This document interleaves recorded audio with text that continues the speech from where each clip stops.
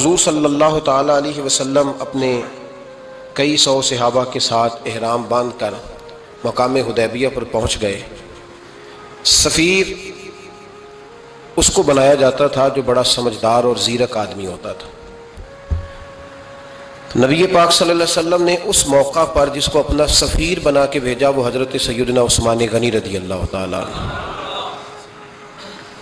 حضور نے انہیں سفیر بنا کر کے مکہ مکرمہ میں بھیج دیا اور دو ٹارگٹ دیے اپنے سفیر کو، دو باتیں فرمائیں ایک تو جا کے مکے والوں کو بتاؤ کہ ہم جنگ کرنے نہیں آئے، اللہ کے گھر کا دیدار کرنے آئے، اور بڑے پرامن طریقے سے ہم طواف کریں گے، سعی کریں گے، عمرہ کریں گے، لوٹ جائیں گے۔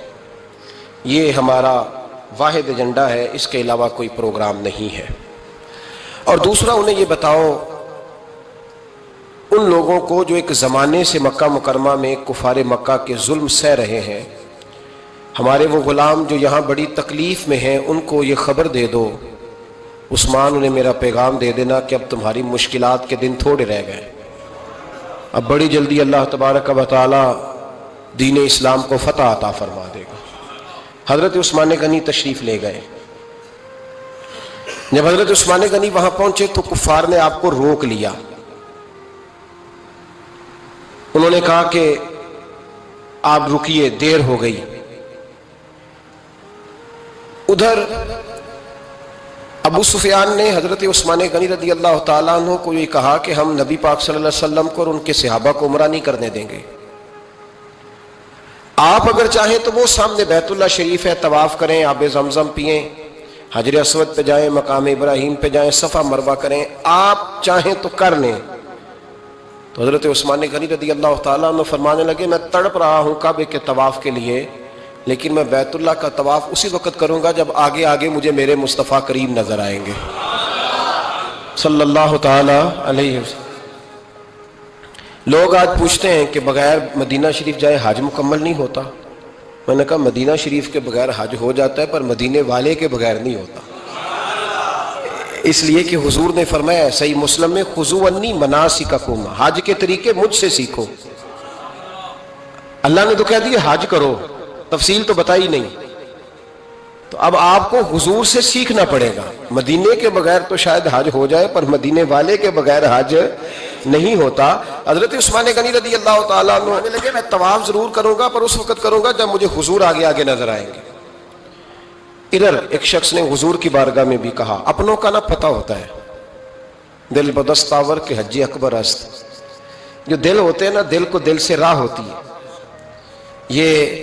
یہ کئی دفعہ جسم علیحدہ علیحدہ ہوتے ہیں پر یہ اکٹھے دھڑک رہے ہوتے ہیں، تو دل کو راہ ہوتی ہے۔ عرض کی یا رسول اللہ صلی اللہ علیہ وسلم عثمان غنی تو طواف کر رہے ہوں گے، صفا مروہ میں ہوں گے، بڑی موج ہوگی، آب زمزم کھول کے پی رہے ہوں گے۔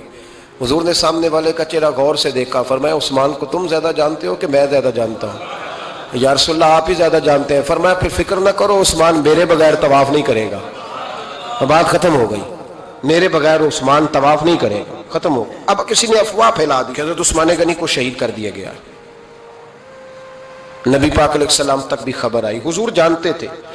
ہمارا دل نہیں کرتا کوئی انتشاری بات کرنے کو، لیکن جب لوگ کرتے ہیں تو پھر دل کو تکلیف ہوتی ہے۔ اب یہاں سب نے لکھا ہے کہ نبی پاک صلی اللہ علیہ وسلم کو خبر ملی، حضور پریشان ہوئے، صحابہ کو مشورے کے لیے بھی بلایا، بیعت رضوان بھی ہوئی۔ اگر علم غیب ہوتا، یہ سارا کچھ نہ ہوتا، اور میں نے کہا خدا کے بندے اگر حضور اپنا علم غیب اس وقت ظاہر کرتے تو حضرت عثمان کے لیے قرآن کی آیتیں نہ نازل ہوتی، اس بیعت کے تذکرے نہ ہوتے۔ ہر بات پہ لوگ معاذ اللہ تعالیٰ۔ اب دیکھیے نا یہاں یہ جملہ چھوڑنے کی کیا ضرورت ہے؟ تم قوم کو کیا دے رہے ہو؟ لوگوں کو کیا بتا رہے ہو کہ نبی پاک علیہ السلام اندھیرے میں بیٹھ کے فیصلے کر رہے تھے؟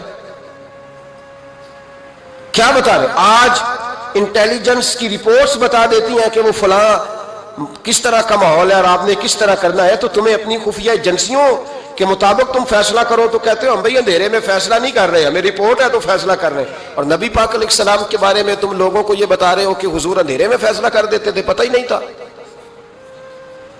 کس طرح کی بات کرتے ہو؟ میرے محبوب پاک علیہ الصلوۃ والسلام فرماتے ہیں کہ اللہ تبارک و تعالیٰ نے مجھے اس طرح کا علم عطا فرمایا ہے کہ جو تمہارے ذہن میں ہو مجھ سے پوچھو، میں فوراً تمہیں جواب دوں گا۔ لیکن لوگ اڑ گئے ہیں، کیا کیا جائے؟ اور عجیب فلسفہ ہے، یہاں بھی گرا لگا دی، پتہ ہوتا تو یہ سارا. اور میں نے کہا خدا کے بندے اگر یہ سارا کچھ نہ ہوتا تو پھر یہ آیتیں کیسے نازل ہوتی؟ پھر صبح قیامت تک حضرت عثمان غنی کی عظمتوں کا کیسے پتہ چلتا؟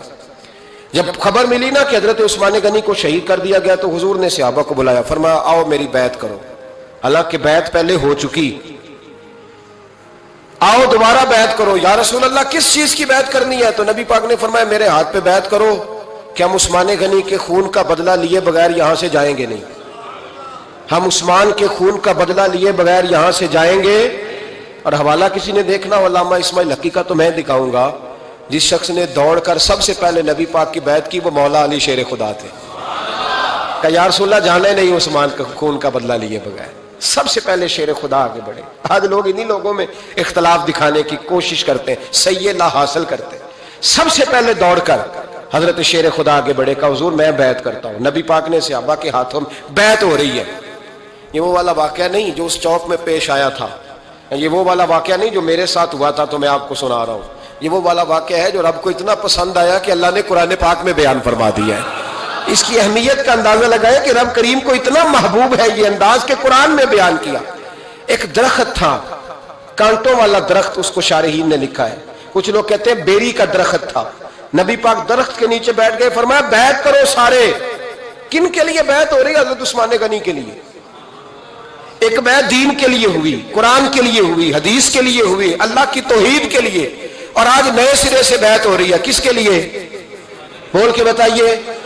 حضرت سیدنا عثمان غنی رضی اللہ تعالیٰ عنہ. اس شخص کی عظمت کا کوئی اندازہ کر سکتا ہے جن کے لیے نبی پاک نے خاص کر کے تخصیص کر کے ایز اے اسپیشل بیعت لی. اور صحابہ نے جب بیعت کی تو اللہ کو اتنی پسند آئی کہ قرآن مجید کی سورہ فتح کی آیت نمبر 18 میں بیان کیا. فرمایا لقد رضی اللہ عن المؤمنین اذ یبایعونک تحت الشجرہ.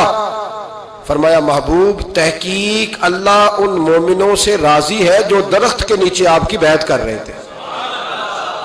تحقیق اللہ ان سے راضی ہوا، ان ایمان والوں سے جو درخت کے نیچے آپ کی بیعت کر رہے تھے. درخت کے نیچے تحت الشجرہ.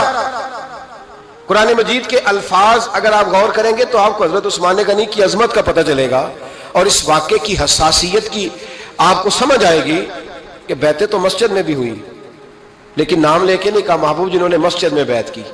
نام لے کے نہیں کہا، حالانکہ وہ بیعتیں بھی اللہ کو بڑی محبوب ہے.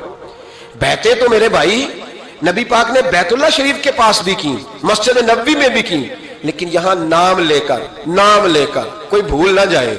کسی نے کہہ دینا تھا کوئی اور بیعت تھی جی، لوگ شرح کر رہے ہیں نا مرضی، وہ تو کسی اور کی بیعت. نام لے کے کہا محبوب تحت الشجرہ. وہ جو درخت کے نیچے بیعت ہوئی، وہ جو بیعت درخت کے نیچے ہوئی اور جنہوں نے بیعت کی لقد رضی اللہ عن المؤمنین. تحقیق اللہ ان مومنوں سے راضی ہو گیا. اللہ ان مومنوں سے. صحیح بخاری صحیح مسلم میں صحابہ نے پوچھا یا رسول اللہ اللہ کس طرح راضی ہوا ہے؟ فرمایا آج جس نے میرے ہاتھ پہ بیعت کی ہے رب کریم نے وعدہ کر لیا سب کو جنت عطا فرمائے گا. جنتی ہو گئے سارے. حضرت عثمان غنی رضی اللہ تعالیٰ عنہ کی یہ عظمت، یہ شان قرآن پاک نے بیان کر دی کہ حضرت عثمان کے نام پر صحابہ جمع ہوئے. اللہ تبارک و تعالیٰ نے اس واقعے کا ذکر قرآن مجید میں فرما دیا.